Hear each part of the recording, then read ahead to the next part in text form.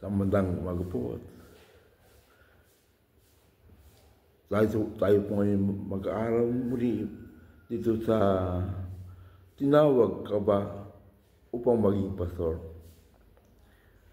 Paano ka makakatiyak ng isang mananampalataya na siya ay tinatawag ng Diyos upang maging isang pastor?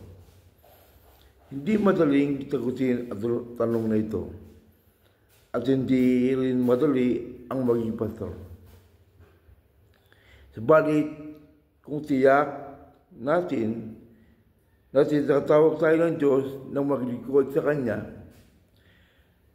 bilang pastor, magkakaroon tayo ng lakas at kakayanan tuparin ang ating tungkulin sa araw-araw.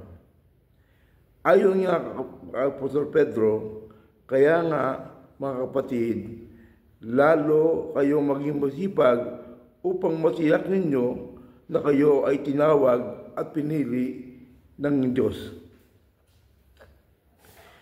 Kung gagawin niyo ito, hindi kayo matitisod. 2 Peter 1:10. Ano ang ating katiyakan na tayo tinawag ng Diyos? Ang magbibigay sa atin ng katasagan sa gitna ng mga paghamon at pagsubok. Narapin natin ang ating pangangailangan o pangangailangan sa kawang pinagkatiwala sa atin. Kaya nga, napakalagang alam at tiyak natin na tayo nga tinawag sa ministeryo bilang isang pastor. Purihin ang Panginoon. Purihin ang Diyos.